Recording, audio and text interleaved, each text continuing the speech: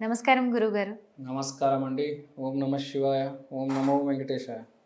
గురుగారు, ఈ కాలభైరవ మంత్రం రోజు జపిస్తే కలిగే లాభాలేంటి? అలాగే దీన్ని ఎవరు చదవాలి? కాలభైరవ, బటుక భైరవ, అసితాంగ భైరవ, రూరు భైరవ, అష్టభైరవులు ఉన్నారు. సో ఈ అష్టభైరవుల్లో most important, most powerful Kalabhairava. Kalabhairava గురించి చెప్పాలంటే ఫస్ట్ దైవాలు రెండు రకాలు, సౌమ్య దైవం, ఉగ్ర దైవం. ఇప్పుడు లక్ష్మీమాత సౌమ్య దైవం, కాళికామాత ఉగ్ర రూపం. శివుడు ఉన్నాడు, శివుడు ఎన్నో రూపాలు. శివుడు రూపాల్లో కూడా ఉగ్ర రూపాలు, సౌమ్య రూపాలు ఉంటాయి. ఓకే, ఇప్పుడు మనకు శివుడనే కాదు, ఈ దైవంలోనే బేసిక్గా సౌమ్య రూపము, ఉగ్ర రూపం అనేది ఉంటుంది. ఇప్పుడు ఉగ్ర రూపం అంటే ఏంటి, ఏం చేస్తుంది? కాలభైరవుణ్ణి మనం ఆరాధిస్తే ఏంటి అని ఇక్కడ ప్రశ్న. కానీ ఫస్ట్ మనం బేసిక్ తెలుసుకోవాలి, అసలు ఉగ్ర రూపము పూజిస్తే ఏంటి. మామూలుగా మనం ఏం మాట్లాడుకుంటాము, ఉగ్ర రూపము కాలభైరవుని పూజిస్తే ధైర్యం వస్తుంది, విపరీతమైన బలం వస్తుంది అని. కరెక్టే, అదైతే నిజంగా కరెక్టే. కాలభైరవ కాలానికి సంబంధించిన భైరవుడు కాబట్టి ఇప్పుడు ఈ టైంలో మనకు ఒక ఊపు, ఒక చైతన్యం కూడా వస్తుంది. ఒక ప్రాబ్లం నుంచి బయటపడాలంటే భయం వేసేస్తుంటాయి కొన్ని ప్రాబ్లమ్స్, అర్థం కాదు. మీకు ధైర్యం కావాలి చాలా సిచ్యువేషన్స్లో జీవితంలో, లేకపోతే ఫేస్ చేయలేము. ఫస్ట్ అయితే కాలభైరవుడు బేసిక్ రూపం ఏంటంటే విపరీతమైన, మీరు అసలు ఈ ప్రాబ్లం నేను ఫేస్ చేయలేను, నేను సూసైడ్ చేసుకుని చనిపోతాను అనే దానికి ఊరికే ఫేస్ చేసేస్తారు. జనాలు ఏంటంటే ప్రాబ్లం గురించి ఆలోచించి పిచ్చోలేకపోతారు, సొల్యూషన్ గురించి ఆలోచించారు. ఆ కాలభైరవ మంత్రం అనేది సొల్యూషన్ దగ్గరికి తీసుకెళ్తుంది. ఆ సొల్యూషన్ మనం ఎలా ఫేస్ చేయవచ్చు, ప్రతి దానికి, ప్రతి ప్రాబ్లంకు సొల్యూషన్ ఉంటుంది. సొల్యూషన్ లేకుండా ఏ ప్రాబ్లం ఉండదు. కానీ ఫస్ట్ మనం అర్థం చేసుకోవాల్సింది ఏంటంటే ఇది ఉగ్ర రూపమే, సౌమ్య రూపం అయితే కాదు. మనము ఉగ్ర రూపాన్ని పూజిస్తే ఫస్ట్ జరిగేది ఏంటంటే మనకున్న దరిద్రం తొలగిపోతుంది.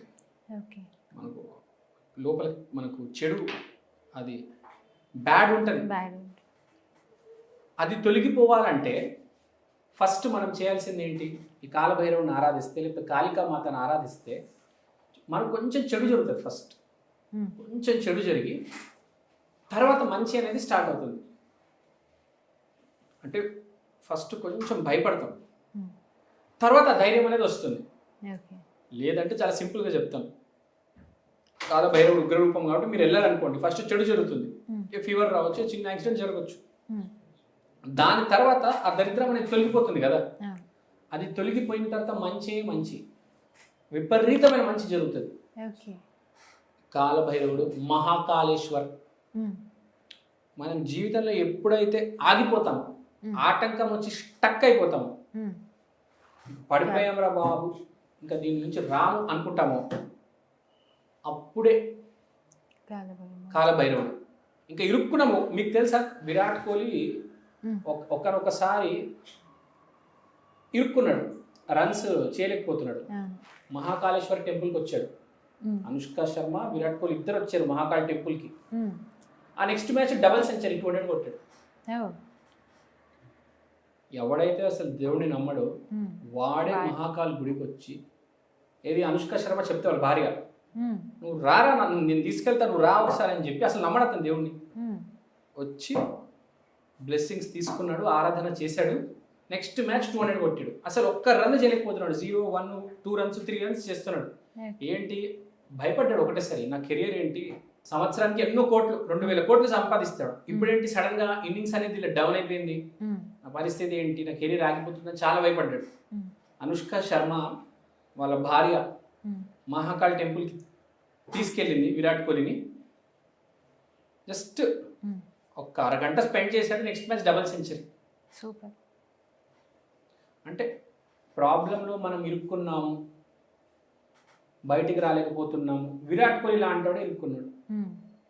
వేల కోట్లు ఉన్నాడు, క్రికెట్ కూడా చాలా బాగా ఆడతాడు, అలాంటి వాడు ఇరుక్కున్నాడు. టైం బ్యాడ్ అంటే బ్యాడ్ టైం నుంచి గట్టెక్కించాలి. కాలభైరవ, ఈ కాలభైరవ ఆరాధన, ఈ బటుక భైరవ ఆరాధన ఆడవాళ్ళు కూడా చేసుకోవచ్చు, మగవాళ్ళు కూడా చేసుకోవచ్చు. మోస్ట్ ఇంపార్టెంట్ ఏంటంటే ఏ భైరవ ఆరాధన అయినా ఇంట్లో చేసుకోకూడదు. ఓన్లీ బటుక భైరవ ఆరాధన మాత్రమే ఇంట్లో చేసుకోవాలి. మిగతా భైరవులు అందరూ గుడికి వెళ్ళి చేసుకోవాలి, లేదా పార్క్లో కూర్చొని చేసుకోండి. ఎందుకంటే భైరవుడు అనేవాడు శ్మశానంలో ఉంటాడు. సో మన ఇంట్లో పూజ చేస్తే అది శ్మశానం అయిపోతుంది, మన ఇల్లు శ్మశానంగా రెడీ అవుతుంది. సో ఎప్పుడైనా గుడికి వెళ్ళి చేసుకోవాలి, లేకపోతే పార్క్లో కూర్చొని పబ్లిక్ ఏరియాలో కూర్చొని చేసుకోవాలి. ఎక్స్ట్రీమ్ స్ట్రెంగ్త్, విపరీతమైన స్ట్రెంగ్త్, అన్బిలీవబుల్. పిల్లి కాస్త పులి అయిపోతుంది.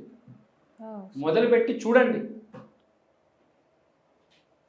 ఆడవాళ్ళు స్పెషల్గా చాలా పిరికి వాళ్ళు ఉంటారు, వాళ్ళు ఒక శివాంగి వస్తుంది. కాలభైరవ మన ఇంట్లో ఈశాన్యంలో కనుక కాలభైరవ పటం, మహాకాల్ పటం పెట్టుకున్నాం అనుకో, ప్రపంచంలో మనకన్నా ధైర్యం ఇంకెవ్వరికి ఉండదు, మనమే ధైర్యవంతులు. Strength, extreme strength. ప్రాబ్లం వస్తుంది, ఫేస్ చేస్తారు, సక్సెస్ అవ్వచ్చు, ఫెయిల్ అవ్వచ్చు, డబ్బులు వచ్చు, రాకపోవచ్చు, అవన్నీ అనవసరం. ఆశ లేదు, భయం లేదు. ఆశ లేకుండా పని చేసుకుంటూ పోతాడు. ఇంకా వాడికి సక్సెస్ వచ్చినా ఫెయిల్యూర్ వచ్చినా సంబంధం లేదు. ప్రాబ్లం ఎదిరించేస్తాడు, జయించేస్తాడు ప్రాబ్లం. చెడు కర్మలు ఉంటే డబ్బులు పోతాయి, మంచి కర్మలు ఉంటే డబ్బులు వస్తాయి, మెయిన్ అయితే భయం పోతుంది. అది సో బేసిక్గా ఇది కాలభైరవుడి గురించి. ఓకే, కాలభైరవ మంత్రం చదివితే ఎంత మంచి జరుగుతుంది అనేది చాలా చక్కగా వివరించారు గురుగారు. ధన్యవాదాలు. ధన్యవాదాలు.